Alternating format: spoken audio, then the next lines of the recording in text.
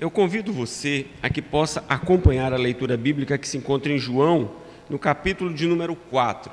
Nós faremos a leitura do verso 1 ao verso de número 30 e depois verso de número 39.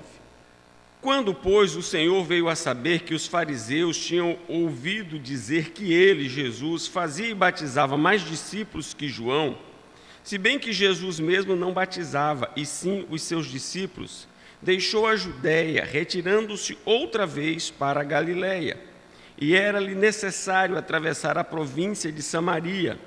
Chegou, pois, a uma cidade samaritana chamada Sicar, perto das terras que Jacó dera a seu filho José. Estava ali a fonte de Jacó. Cansado da viagem, assentara-se Jesus junto à fonte, por volta da hora sexta. Nisto veio uma mulher samaritana tirar água. Disse-lhe Jesus: dá-me de beber, pois seus discípulos tinham ido à cidade para comprar alimentos. Então lhe disse a mulher samaritana: como, sendo tu judeu, pedes de beber a mim, que sou mulher samaritana? Porque os judeus não se dão com os samaritanos. Replicou-lhe Jesus: se conheceras o dom de Deus, e quem é o que te pede, dá-me de beber, tu lhe pedirias, e ele te daria água viva. Respondeu-lhe ela: Senhor, tu não tens com o que atirar, e o poço é fundo. Onde, pois, tens a água viva? És tu, porventura, maior do que Jacó, o nosso pai, que nos deu o poço do qual ele mesmo bebeu, e bem assim seus filhos e seu gado?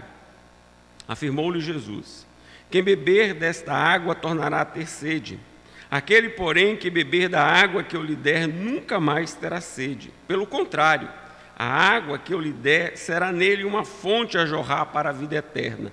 Disse-lhe a mulher: Senhor, dá-me dessa água para que eu não mais tenha sede, nem precise vir aqui buscá-la. Disse-lhe Jesus: vai, chama teu marido e vem cá. Ao que lhe respondeu a mulher: não tenho marido.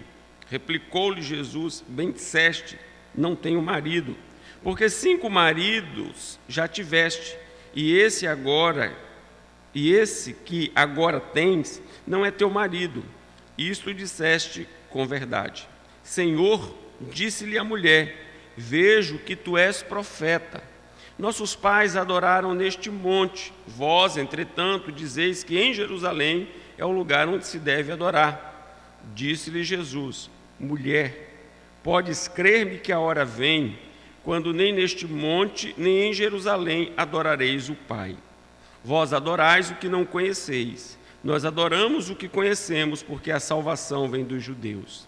Mas vem a hora, e já chegou, em que os verdadeiros adoradores adorarão o Pai em espírito e em verdade, porque são estes que o Pai procura para seus adoradores. Deus é espírito, e importa que os seus adoradores o adorem em espírito e em verdade. Eu sei, respondeu a mulher, que há de vir o Messias, chamado Cristo. Quando ele vier, nos anunciará todas as coisas. Disse-lhe Jesus: eu o sou, eu que falo contigo. Neste ponto chegaram os seus discípulos e se admiraram de que estivesse falando com uma mulher. Todavia, nenhum lhe disse: que perguntas? Ou, por que falas com ela? Quanto à mulher, deixou o seu cântaro, foi à cidade e disse àqueles homens: vinde comigo e vede um homem que me disse tudo quanto tenho feito. Será este, porventura, o Cristo? Saíram, pois, da cidade e vieram ter com ele. Versículo 39. Muitos samaritanos daquela cidade creram nele, em virtude do testemunho da mulher que anunciara: ele me disse tudo quanto tenho feito. Vindo, pois, os samaritanos ter com Jesus, pediram-lhe que permanecesse com eles, e ficou ali 2 dias. Muitos outros creram nele por causa da sua palavra, e diziam à mulher: já agora não é pelo que disseste que nós cremos, mas porque nós mesmos temos ouvido e sabemos que este é verdadeiramente o Salvador do mundo. Amém. Transformados para testemunhar.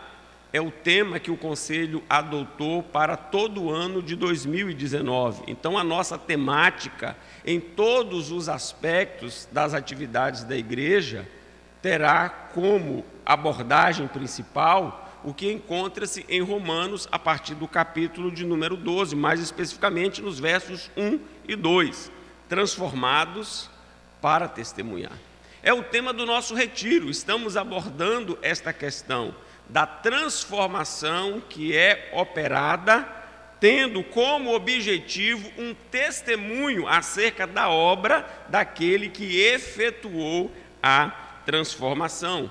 Dentro dessa temática, acredito que os irmãos que acompanharam as duas últimas pregações que realizei aqui, a primeira, no capítulo 2 de João, abordando o primeiro milagre realizado por nosso Senhor e Salvador Jesus Cristo em uma festa de casamento, a transformação da água em vinho. E depois, numa outra oportunidade, o capítulo de número 3, quando Jesus se deixa encontrar, se deixa entrevistar por Nicodemos. Nós podemos perceber, meus amados irmãos, na estrutura que João deu ao seu evangelho, uma linha de raciocínio apontando para o poder transformador do nosso Redentor e a consequência imediata daquele que experimentou a transformação. No capítulo de número 2, quando ele transforma água em vinho, mostra ali o seu poder de mudar radicalmente a substância daquele líquido. E mais, ao usar as talhas, condenar para sempre e exterminar a velha religião judaica, que era sombra do cristianismo, que era sombra da luz, Jesus Cristo, o Filho de Deus. Então, ao usar as talhas, estava patente que o judaísmo já havia cumprido a sua finalidade, já havia cumprido a sua missão, que o judaísmo era apenas sombra e que a verdadeira luz já havia raiado. Portanto, João classifica o primeiro milagre como sendo um sinal a apontar para o Salvador, que o milagre em si não deveria chamar a nossa atenção, antes o significado do milagre e a sua aplicação. E não é de forma involuntária, não é de forma alheia, não é de uma forma desorganizada que logo após as bodas em Caná da Galileia, nós temos o registro da purificação do templo e logo em seguida a visita de um alto líder do judaísmo, de um judeu fariseu chamado Nicodemos, doutor da lei, ao nosso bendito e glorioso Redentor. Ele se deixa encontrar, ele se deixa ser entrevistado e certamente Nicodemos, como eu disse naquela oportunidade, com a sua pauta, é surpreendido pela ação brusca do Senhor Jesus em interrompê-lo e impor ali o ritmo da conversa, impor ali o ritmo da entrevista, cujo significado, cujo objetivo, cujo alvo era mostrar para Nicodemos a sua necessidade mais profunda, qual era? A de conhecer a Cristo como seu único e suficiente Salvador. Talvez, meus amados irmãos, a nossa percepção quanto a esta questão acabe sendo ofuscada, porque a nossa tradução para o português fez uma ruptura no relato entre o versículo 15 e o versículo de número 16 do capítulo 3 de João. Segundo alguns estudiosos, e eu particularmente acompanho a linha dos estudiosos, João 3,16 foi algo dito a Nicodemos. Nicodemos ouviu as palavras. João 3,16 faz parte do diálogo. Mas como houve aqui uma ruptura por conta de um título, nós imaginamos que o diálogo encerrou-se no versículo 15. E João 3,16 é outra coisa. Eu creio que não. João 3,16 faz parte do diálogo, e Nicodemos ouviu então dos lábios do Redentor esta expressão, que é uma expressão que aquece o nosso coração e que certamente talvez seja a porção mais conhecida das Escrituras, qual seja, porque Deus amou ao mundo de tal maneira que deu seu Filho unigênito, para que todo aquele que nele crê não pereça, mas tenha a vida eterna. João prossegue na organização do texto e agora nós temos aqui o capítulo de número 4. E no capítulo de número 4, dentre tantas lições, eu gostaria de destacar 3 lições. A primeira lição, a intencionalidade do nosso Redentor. O texto diz que, quando, pois, o Senhor veio a saber que os fariseus tinham ouvido dizer que ele, Jesus, fazia e batizava mais discípulos que João, se bem que Jesus mesmo não batizava, e sim os seus discípulos, deixou a Judéia, retirando-se outra vez para a Galiléia, e era-lhe necessário atravessar a província de Samaria. Nós temos aqui uma ação deliberada do nosso Senhor e Salvador Jesus Cristo, deixar a Judéia, deixar ali o centro nervoso do judaísmo, deixar ali o centro religioso do judaísmo e seguir para a Galiléia. Porém, o texto nos diz que era-lhe necessário atravessar a província de Samaria. E nós sabemos, pelo relato histórico, que esta necessidade não se dava por conta de uma ausência de rota alternativa. Havia uma rota alternativa, que era a rota comum, a rota básica, a rota legal, a rota justa que todo judeu empreendia. Um judeu não considerava a possibilidade de adotar a rota que o Senhor Jesus deliberadamente adotara. Os judeus fariam a rota mais longa por conta da sua indisposição com os samaritanos, indisposição que já durava aproximadamente 1000 anos, indisposição que tinha afetado todas as áreas, a área comercial, a área militar, a área cultural e a área espiritual. Desde que houve a ruptura do reino, as partes estavam em constante conflito. E por conta do que aconteceu no reino do norte, por conta da invasão da Assíria e a miscigenação da população, aí então os judeus do sul se revoltaram e se opuseram completamente aos do norte. Então não havia nenhum contato, nenhuma aproximação. Na verdade, um judeu se considerava impuro, se considerava completamente, cerimonialmente impróprio ao ter qualquer contato com o samaritano. Então, quando o texto nos diz que havia uma necessidade, não era uma necessidade imposta por ausência de uma rota alternativa. Era uma necessidade que o próprio Senhor determinou para que ele cumprisse o seu propósito de encontrar aquela mulher cujo nome nós não temos aqui no relato bíblico. Ele deliberadamente, percebam bem, ausentou-se da Judéia, resolveu chegar à Galiléia e o meio que ele determinou era passar por Samaria para ter um encontro com aquela mulher. Isso mostra que o Salvador olha para nós com um olhar de misericórdia, com um olhar de compaixão, com um olhar de conhecimento, com um olhar de propriedade.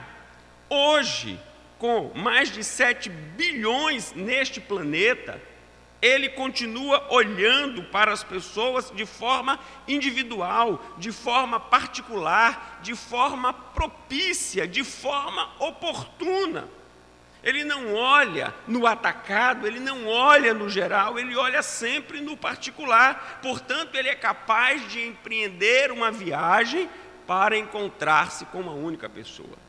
Não é o único relato que mostra a intencionalidade do nosso Redentor. Quando ele atravessou o chamado Mar da Galileia e chegou ali em Gadara, na terra dos Gadarenos, você pode perceber pelo relato do texto que ele empreendeu toda aquela viagem com um único propósito. Qual o propósito? Encontrar o endemoniado. Ele foi ali só com aquela intenção. Então eu quero dizer a você nesta noite, você que está aqui, você que nos acompanha pela internet, que o Salvador continua de forma deliberada vindo ao encontro das pessoas com as quais ele deseja relacionar-se, porque ele tem uma mensagem especial, ele tem uma mensagem transformadora, ele tem uma mensagem que é distinta de todas as outras mensagens, e as pessoas precisam conhecê-la.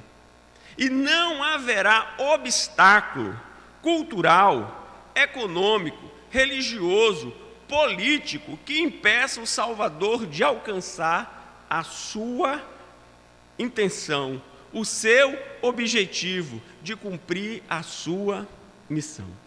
Certamente que uma das parábolas mais tocantes do Novo Testamento é a parábola que diz respeito às 100 ovelhas. Uma ovelha deliberadamente se afastou do aprisco. E diz-nos o texto, então, que o pastor deixou as 99 ovelhas e foi em busca da que se perdeu. Não em busca da que foi deixada para trás, não em busca da que foi negligenciada, não, foi da ovelha que deliberadamente se perdeu. E você vai perceber que a parábola foi contada dentro de um contexto em que os fariseus, os doutores da lei, estavam recriminando o Senhor Jesus porque ele estava recebendo publicanos e pecadores.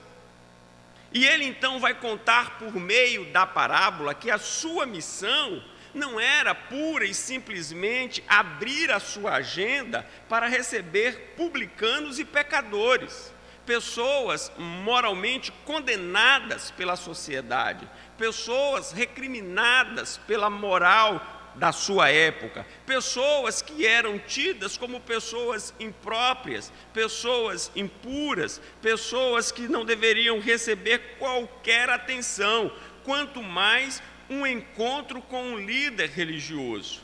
Quando ele expõe a parábola naquele contexto, ele não está só dizendo que a sua agenda está aberta e que as pessoas poderiam vir ao seu encontro. Ele está dizendo mais. Ele está dizendo que deixa aqueles que se julgam perfeitos, que se julgam justos, que se julgam perfeitamente habilitados para direcionar-se em busca da ovelha que se perdeu.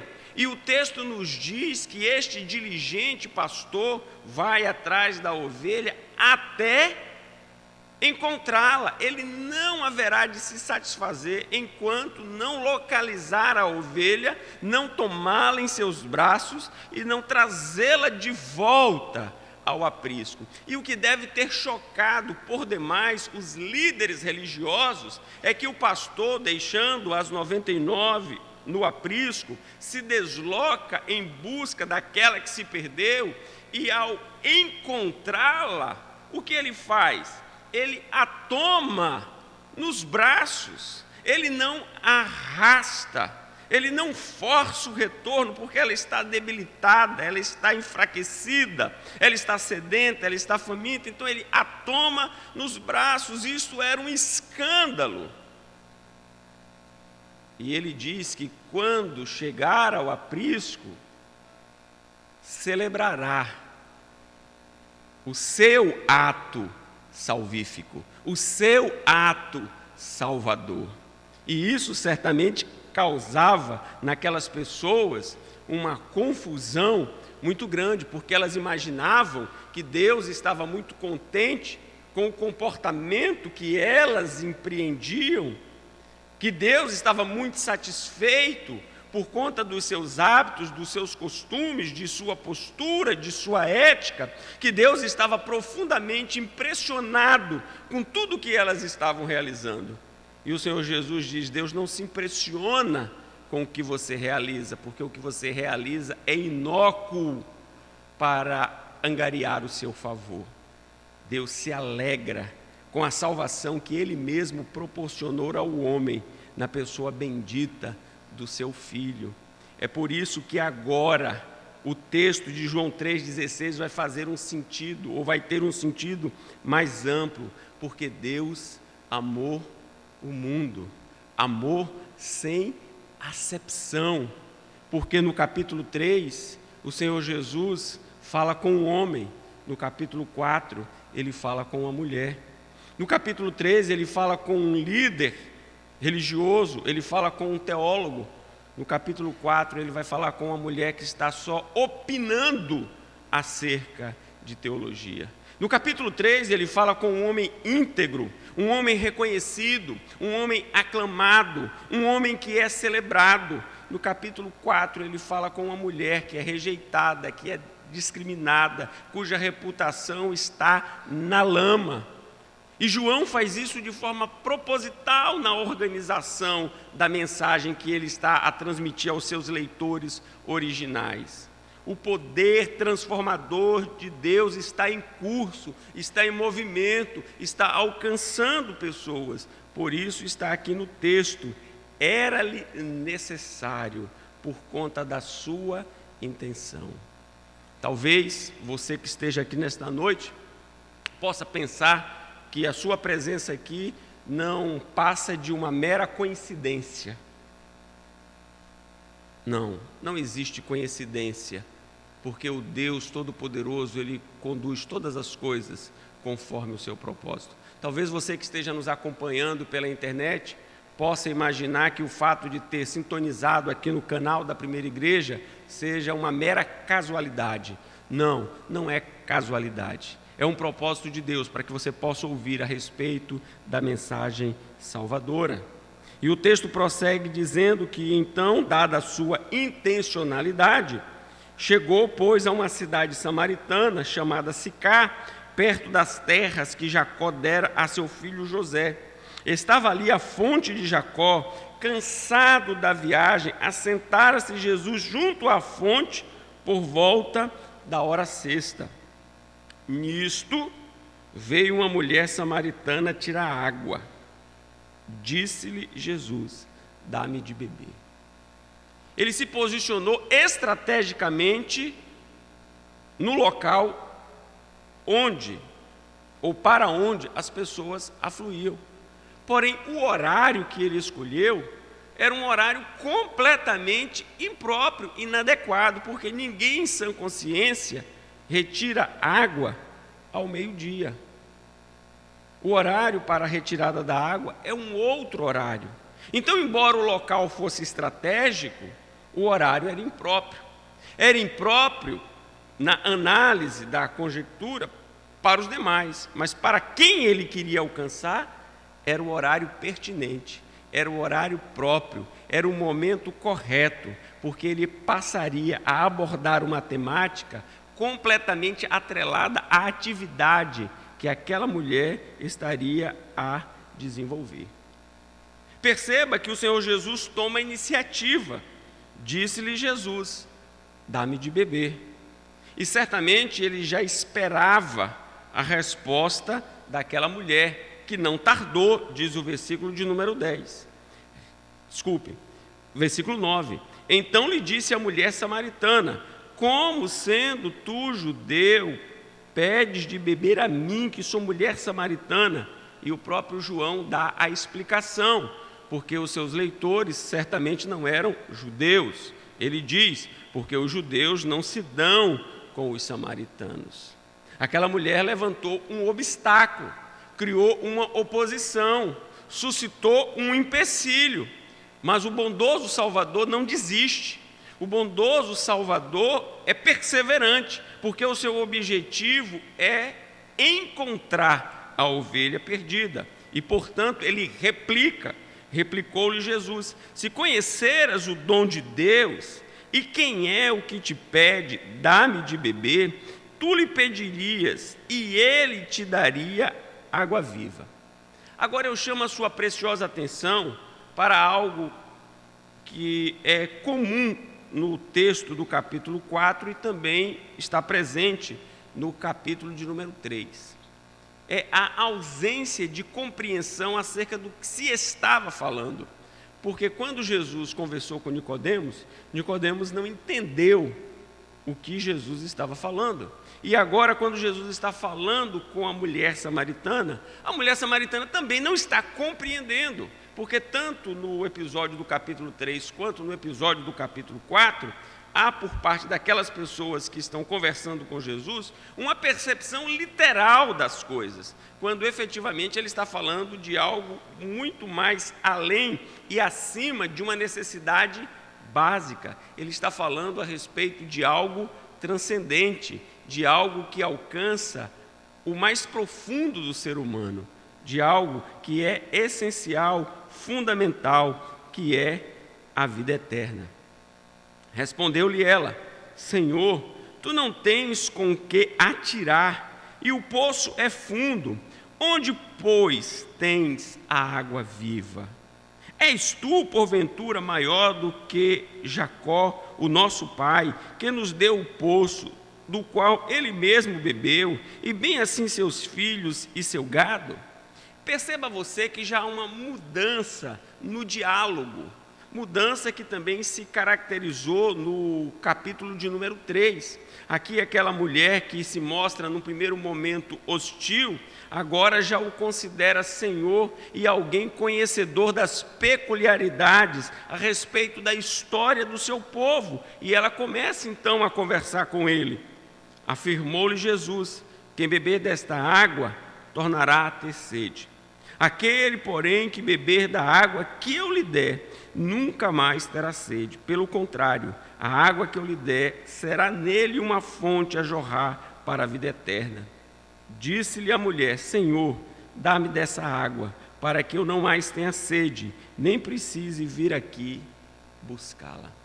O Senhor Jesus está conduzindo-a para aquele momento onde ela haverá de perceber qual é a sua maior e grande necessidade. Ele está levando-a a refletir a respeito da sua condição, a respeito do que efetivamente é vital para o seu viver.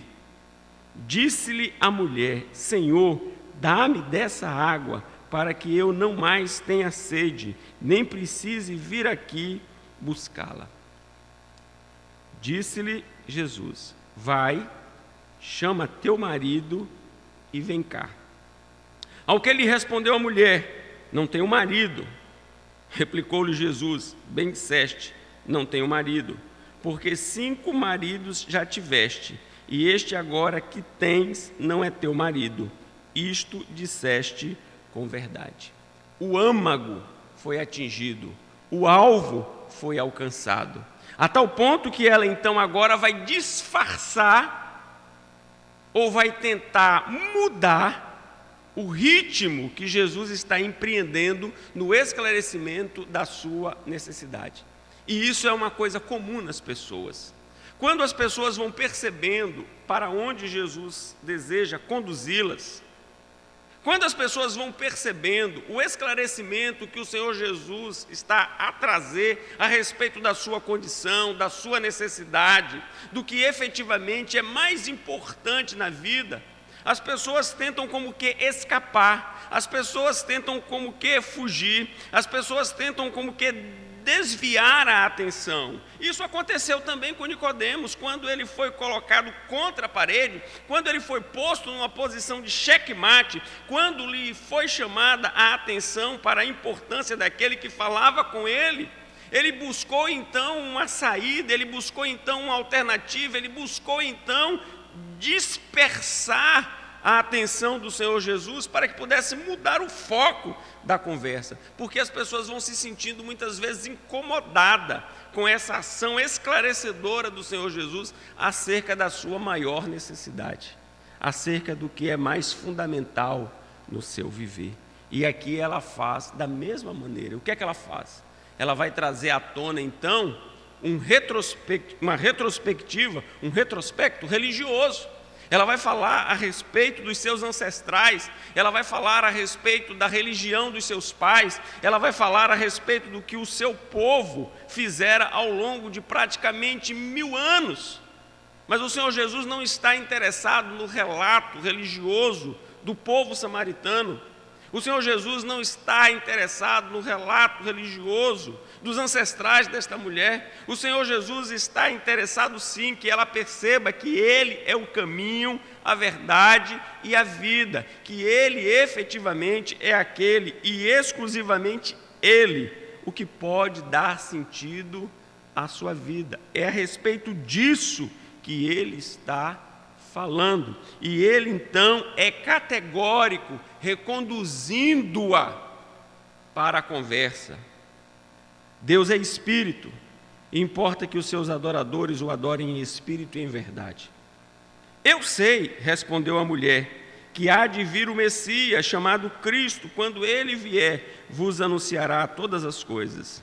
Disse-lhe Jesus: eu o sou, eu que falo contigo. A intencionalidade de Jesus era apresentar-se àquela mulher, cujo nome nós não temos na Escritura, como sendo o Salvador, como sendo aquele que efetivamente pode satisfazer as necessidades mais profundas de uma alma. Agostinho de Hipona, chamado comumente de Santo Agostinho, disse: criaste-nos para ti, e a nossa alma só encontra descanso em ti. Ou seja, fora de Deus, da sua salvação, não há descanso para a alma, não há satisfação para a alma, não há alegria para a alma, não há segurança para a alma, não há contentamento para a alma. A alma só descansa em Deus. Aqui está o primeiro ponto, a intencionalidade. Chegar num determinado local, numa determinada hora, para encontrar uma determinada mulher e lhe apresentar a mais importante de todas as mensagens, a mensagem de salvação. Qual o efeito da mensagem sobre a vida daquela mulher? O que aquela mensagem causou na vida daquela mulher? Veja o versículo de número 28. Quanto à mulher, deixou o seu cântaro, foi à cidade e disse àqueles homens: vinde comigo e vede um homem que me disse tudo quanto tenho feito. Será este, porventura, o Cristo? Saíram, pois, da cidade e vieram ter com ele.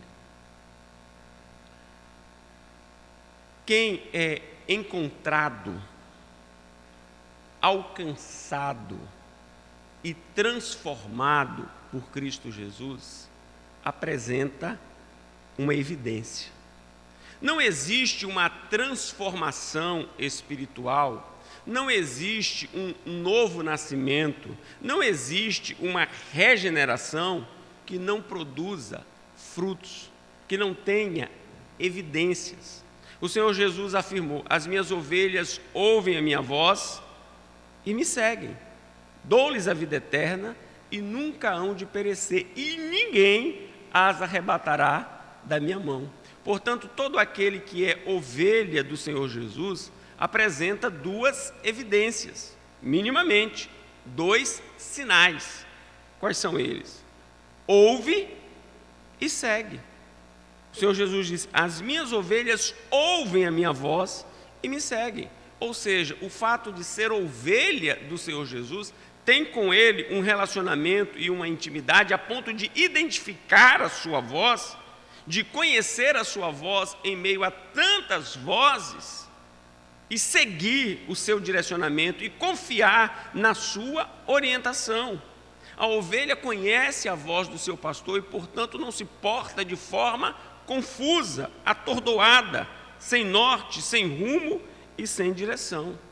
Que evidência nós temos aqui no texto de que esta mulher entendeu, que esta mulher compreendeu, que esta mulher assimilou a mais importante de todas as mensagens. O texto nos diz, e certamente o objetivo de João era nos mostrar o impacto que a mensagem do Senhor Jesus tinha causado na vida daquela mulher. Perceba, quanto a mulher deixou o seu cântaro. O que ela foi fazer naquela fonte? Ela foi buscar água. O cântaro era, portanto, o objeto que lhe permitiria trazer a água para satisfazer a sua necessidade imediata. Ao encontrar-se com Jesus e compreender a mensagem que ele lhe revelara, Aquela mulher, de forma deliberada, ela deixou o seu cântaro, ela deixou aquele objeto tão importante, tão significativo, tão útil, porém agora ele havia perdido a sua importância, ele havia perdido o seu lugar na sua história e, portanto, ele fora ali abandonado. Todo aquele que é encontrado por Jesus deixa, abandona, despreza a velha vida, a velha história, os velhos hábitos, os antigos, impróprios, inoportunos hábitos, comportamentos. Muda a forma de pensar, muda a forma de sentir, muda a forma de agir. João aqui não vai descrever de forma ampla a transformação que aquela mulher sofreu, que aquela mulher experimentou, que aquela mulher vivenciou ali com Cristo Jesus. Mas ele o faz de uma forma resumida, mostrando o que ela fez com relação àquele objeto. Ela o deixou. E a pergunta que não quer calar a todos aqueles que efetivamente afirmam ter experimentado uma transformação, um novo nascimento, a regeneração, a pergunta é: há evidências na sua vida de que você deixou o cântaro, que você o abandonou, que você o relegou a uma posição secundária? Não há como seguir a Cristo com a velha vida. Não há como acompanhar o Redentor com o passado. É necessário que haja uma ruptura. É por isso que o Evangelho é tão radical. É por isso que a mensagem de Cristo ela é tão impactante. Porque muitas vozes afirmam ser possível um relacionamento com Deus, preservando-se a velha vida. O Evangelho diz que não, que só é possível ter um relacionamento com Deus, tendo experimentado uma nova vida. Quem está em Cristo, nova criatura é. As coisas velhas se passaram, eis que tudo se fez novo. Não é sem motivo que o apóstolo Paulo, escrevendo a sua epístola aos cristãos da cidade de Éfeso, ele afirma categoricamente: ele vos deu vida, estando vós mortos nos vossos delitos e pecados. Antes mortos, agora vivos. Antes indispostos, agora dispostos. Antes arredios, agora próximos. Antes inimigos, agora filhos de Deus. É isso que a transformação operada pelo Espírito de Deus faz na vida daquele que efetivamente for alcançado. As pessoas que conheciam aquela mulher na cidade certamente estranharam ao vê-la regressar. E a pergunta é: onde está o cântaro? A pergunta é: onde está o interesse primário, original, que motivou a sua ida?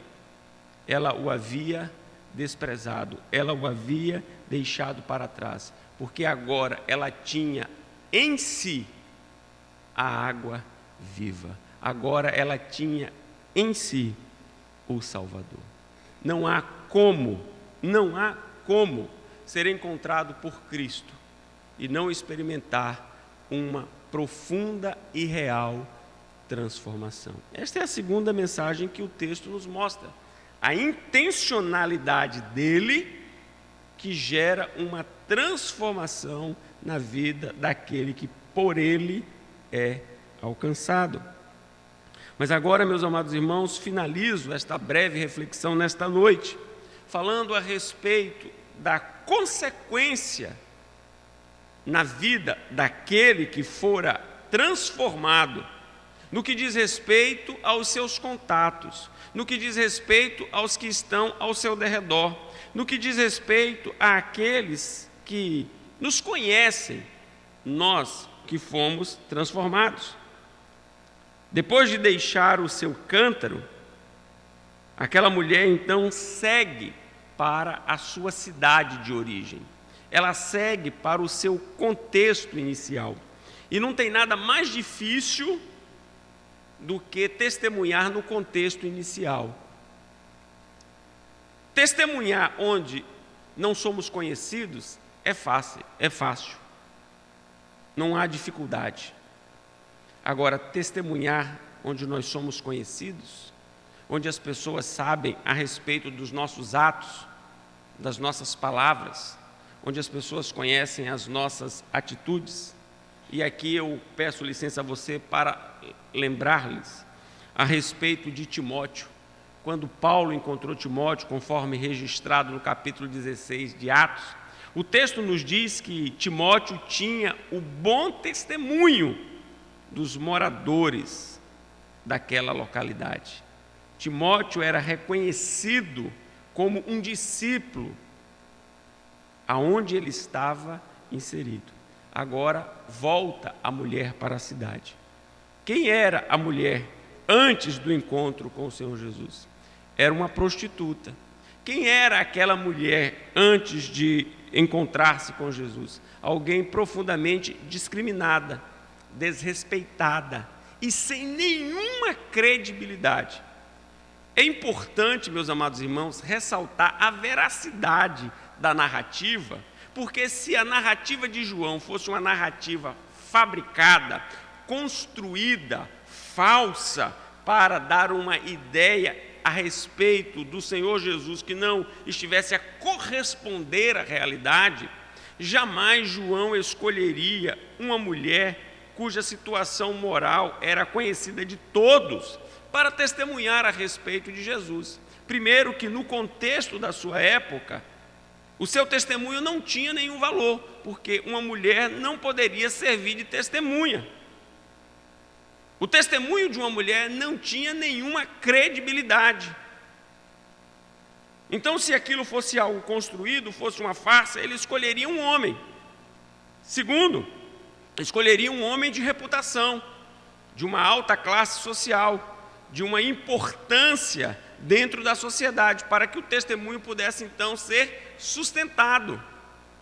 Mas aqui o que nós estamos lendo é a respeito de algo veraz, de algo real, de algo que efetivamente aconteceu e os seus desdobramentos. Por isso João vai dizer que esta mulher, ao retornar à sua cidade, ela vai procurar aquelas pessoas com as quais ela esteve a conviver, que conheciam a sua história, que sabiam do seu passado, que estavam perfeitamente inteirados a respeito de quem ela era, e ela sem nenhum constrangimento, e ela sem nenhum medo, e ela sem nenhum temor, ela diz: efetivamente algo aconteceu na minha vida, eu fui transformada, eu sou uma nova criatura, e eu gostaria que vocês conhecessem aquele que operou a transformação na minha vida, aquele que mudou a minha vida da água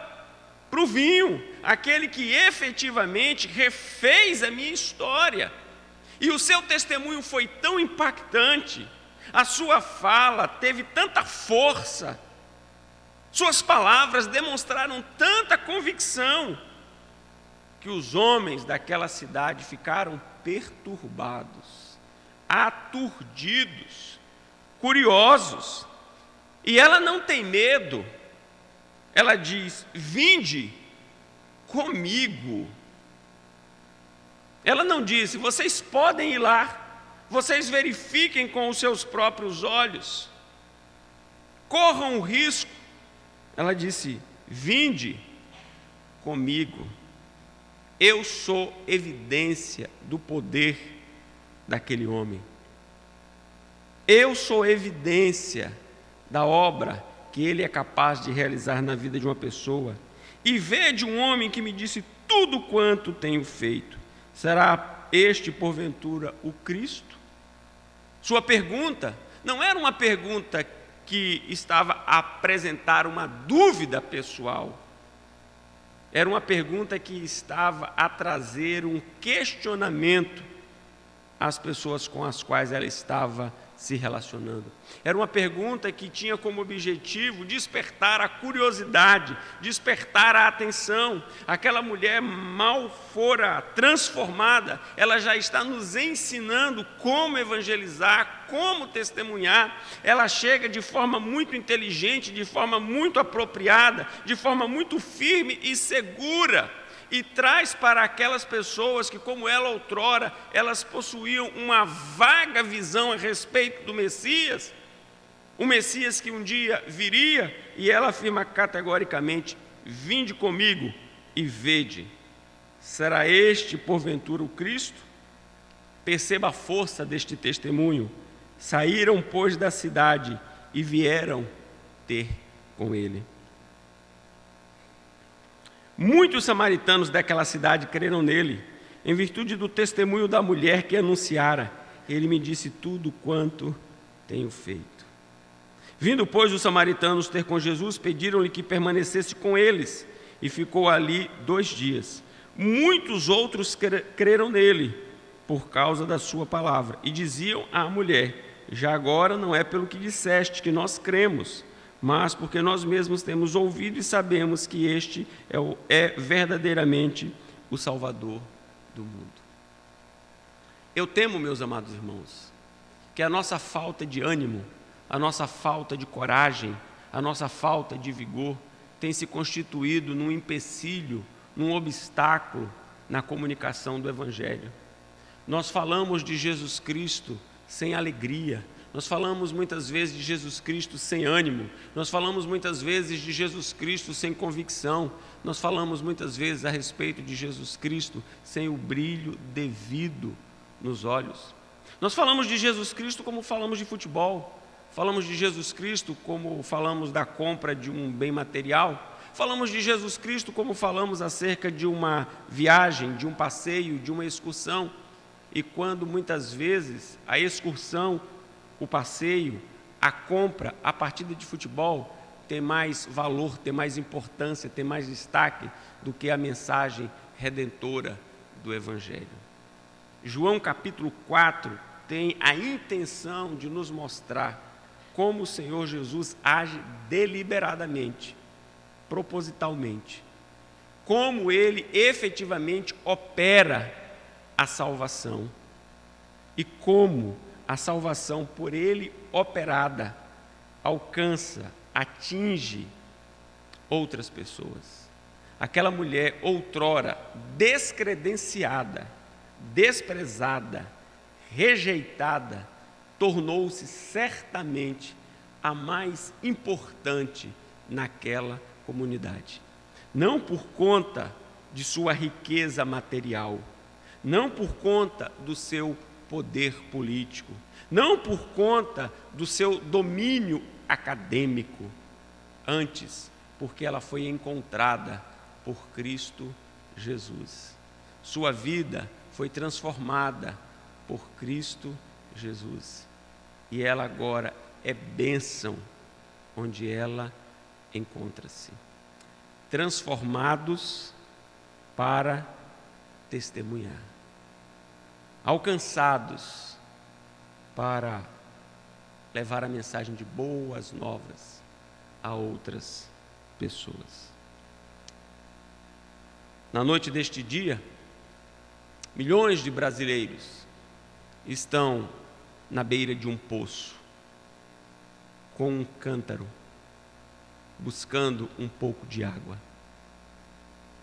Amanhã, eles continuarão na beira do poço, buscando um pouco de água. Uma água que não completa, uma água que não satisfaz, uma água que não traz segurança, uma água que certamente haverá de requerer um outro esforço, um outro esforço, um outro esforço, um outro esforço. E nós, que já experimentamos da água que satisfaz, que temos feito para que eles possam conhecer, assim como nós conhecemos, para que eles possam efetivamente experimentar o que nós já experimentamos. Que nós não possamos vê-los como adversários, como um subgrupo, como indesejáveis, como a escória da nossa sociedade. Às vezes nós temos uma arrogância tão grande para com os chamados foliões, quando nós deveríamos ter uma imensa compaixão e deveríamos nos colocar estrategicamente na beira do poço e apontar-lhes a água viva, Jesus Cristo. Amém.